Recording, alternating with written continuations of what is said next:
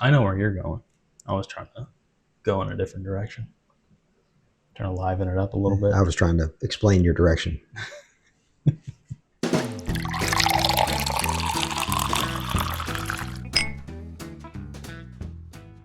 Hello, everyone, and welcome to Bourbon Theory. I'm Josh. And I'm Bill. And today we're going to do a little bit of a double oaked side-by-side. So this is your first time trying the 1910 from the Whiskey Row series from Old Forester. And it is my first time trying a Woodford double oaked. Okay. And full disclosure, I haven't been a big fan of the Whiskey Row. I do like the 1897. I've tried the 1920, I believe it is. It was so popular some years back. Mm-hmm. I wasn't a fan, but we'll see. So without further ado, Let me get you we'll do a pour. That was a good one.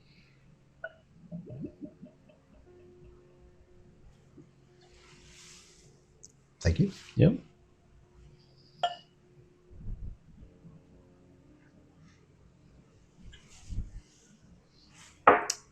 I will. This one. Alrighty. I think.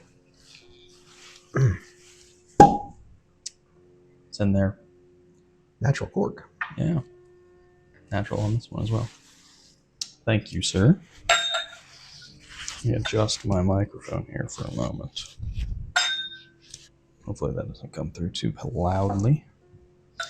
So we got 93 proof on the Old Forester.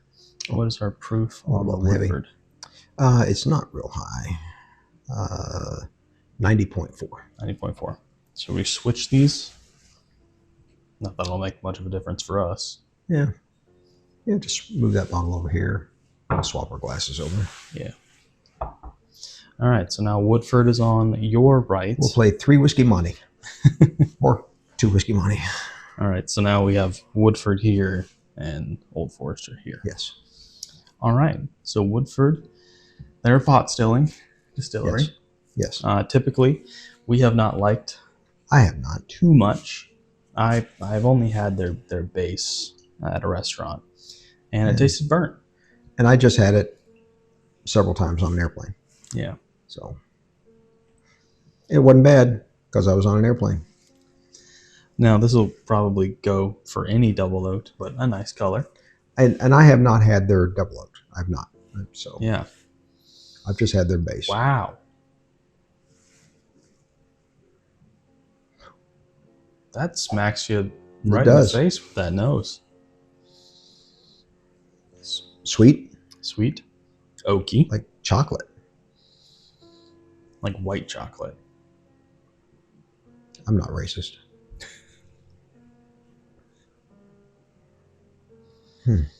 It's definitely chocolate. Mm-hmm. I'm not a white chocolate person. I'm more of a just chocolate. A lot of people say that the Woodford Double Oak is a vanilla oak bomb.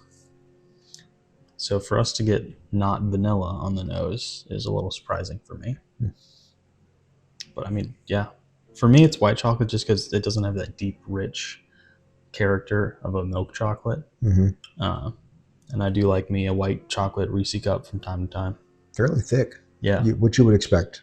Yeah. Also. So I don't think they claim how long they double oak it. It seems like I saw something coming out of it's at least a year, I believe it is, maybe 12 to 18 months. Yeah, typically 12 to 18 months is about what they do. It may be close to the 18. So it's a very interesting way to release a bourbon or a rye or a whiskey. It's a lot of people, I think, when they see double oaked, they say, oh, man, look, I don't like the oak note on most bourbons as is. I'm trying to find anything that doesn't have that on there. So they probably steer away from this. But I would say that typically they are a little bit on the sweeter side. They're a little more on the desserty side, which you wouldn't expect, to be honest. And this thing is coming through with that chocolate and that oak. There's something else there too. White chocolate oak. There's a fruit. I'm not getting any of that. You keep nosing, I'll take the first sip, and then I'll put a little bit of water in mine and see if I can pick it up. It's a berry, some type of a.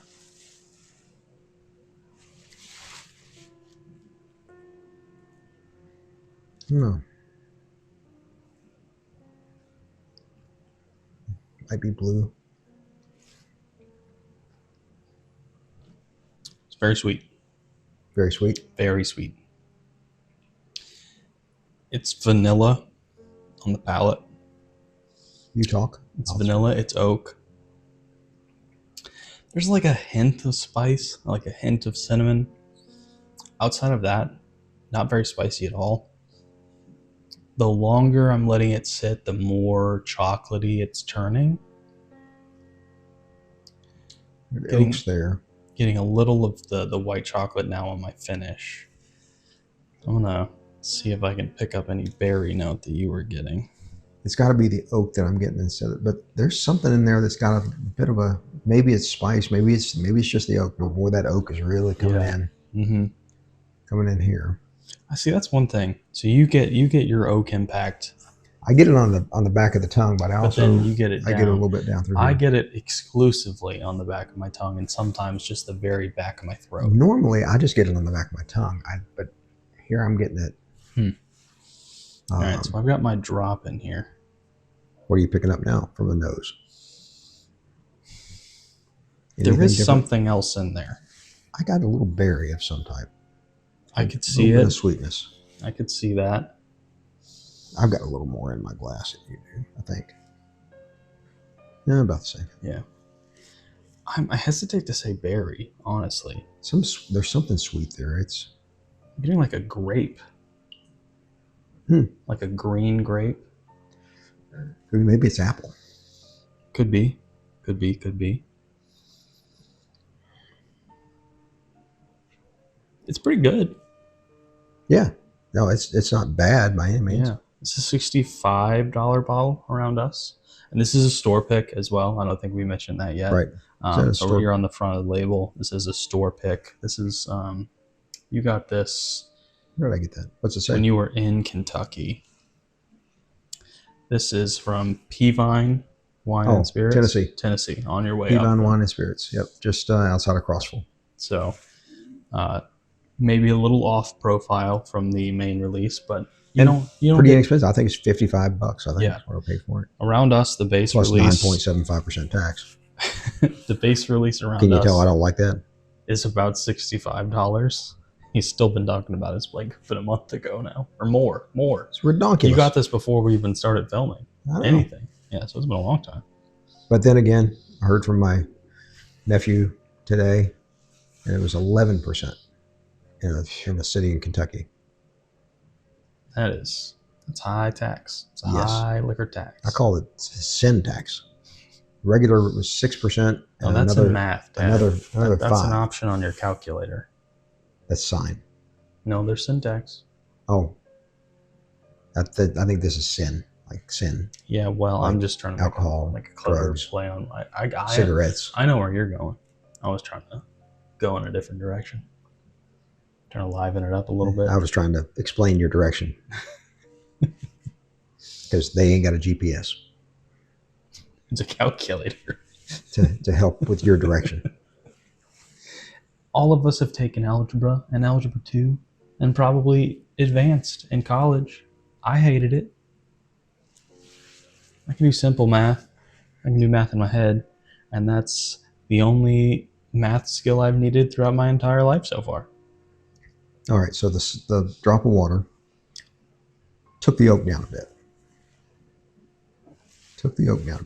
You hanging on to a little bit after we get done with that. So took the oak down just a hair, smoothed it out across the palate. Mine got oakier. Didn't really help. It smoothed it out. It didn't help bring out the flavors. It just really smoothed the flavors. Yeah. I got more oak with my water. It's coming through now. Yeah. But at the beginning, while it was fresh. Oh, when it was in my mouth? Yeah. Nothing. No oakiness at all. I definitely wouldn't add water to it. I think this might be one of the first things we would say no water. No Kentucky limestone water. Which is interesting because usually... Now that oak is coming. Yeah. Yeah. Now it's coming really breathing. Right. Yeah. Breathing in. Good. Well, So it's finishing well. yeah. It's finishing well. I mean, you kind of want that traditional oaky Yeah. spiciness that comes through on your palate, especially when you drink a Kentucky bourbon. So before we move on to we're the going to other, refresh our palate.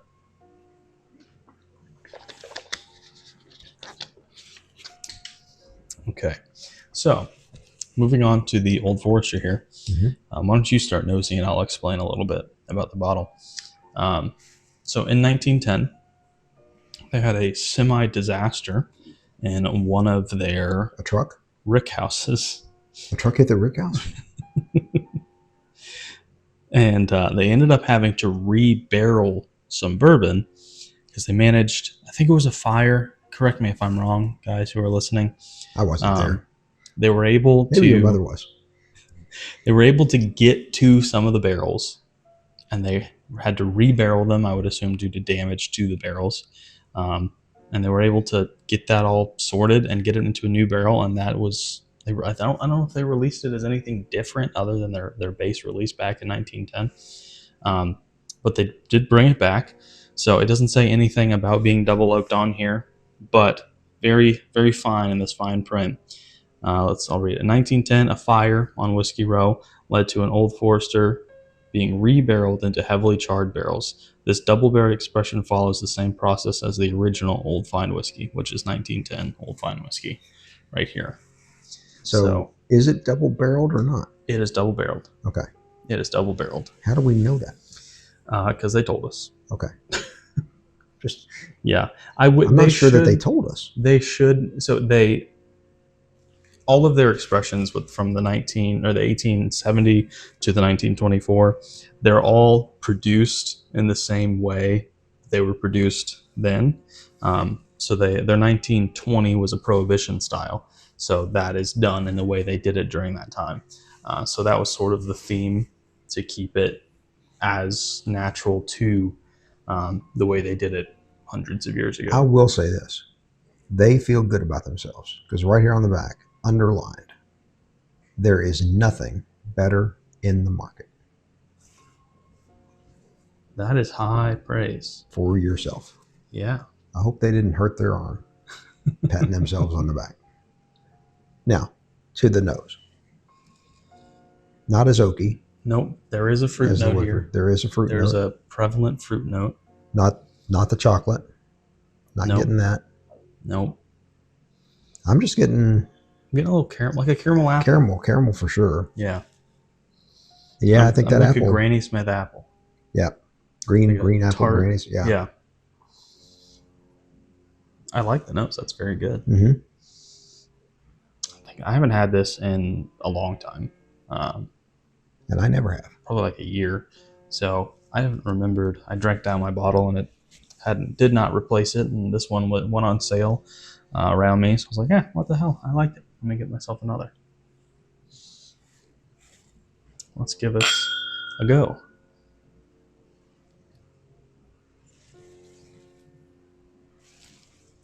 It's got a good nose. The nose is good.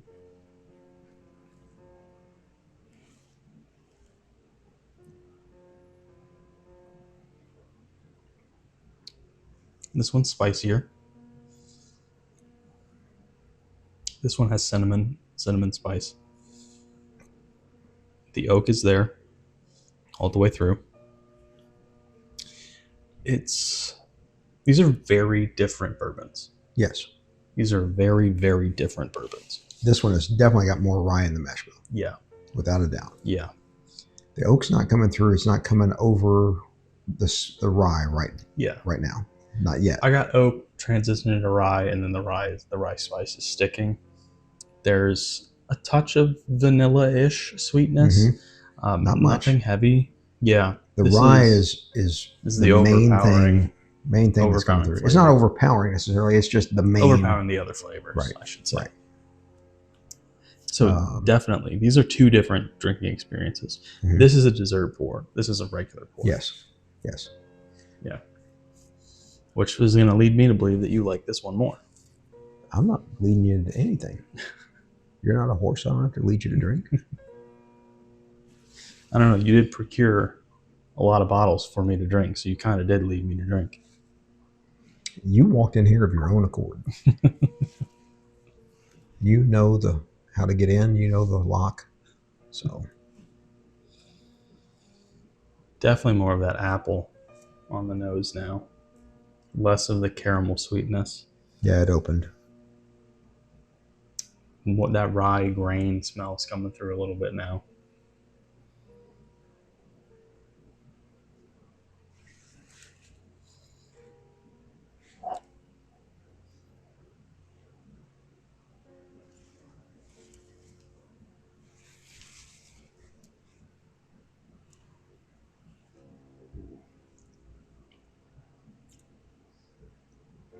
Very rye forward.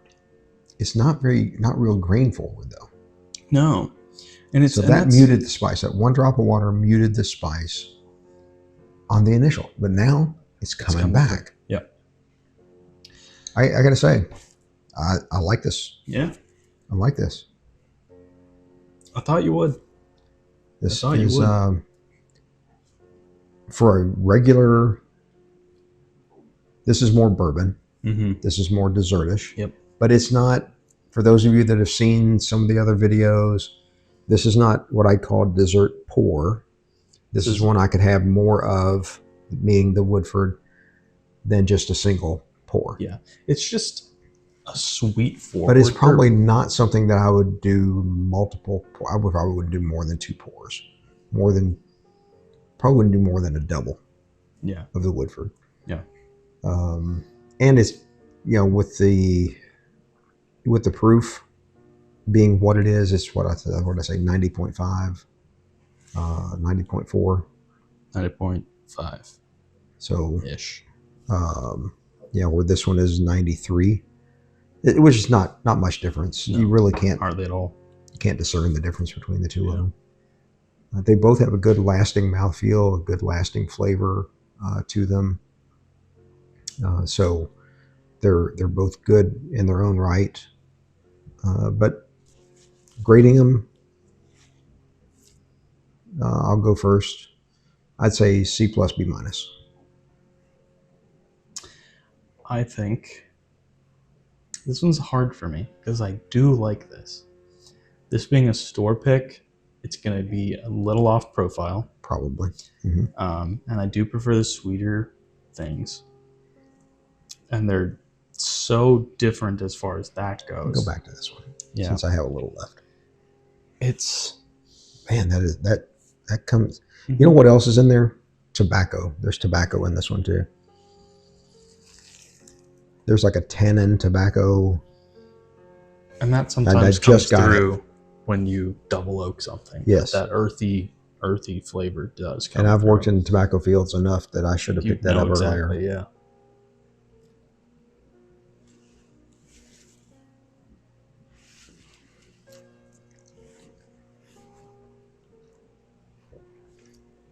That dry dustiness can come through on it. Mm-hmm.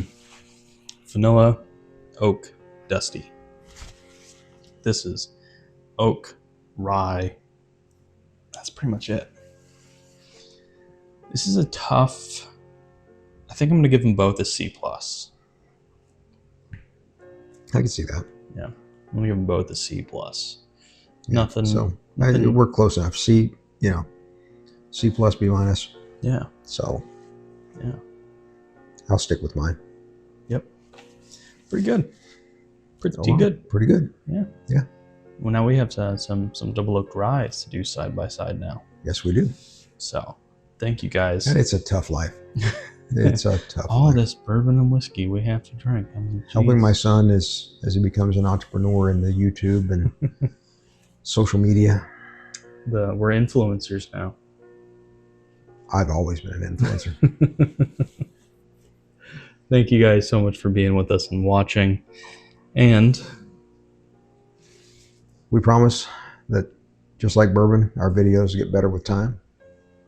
And we will stay uncut and unfiltered for you. And meanwhile, I'm having homemade bacon. You guys take care of yourselves.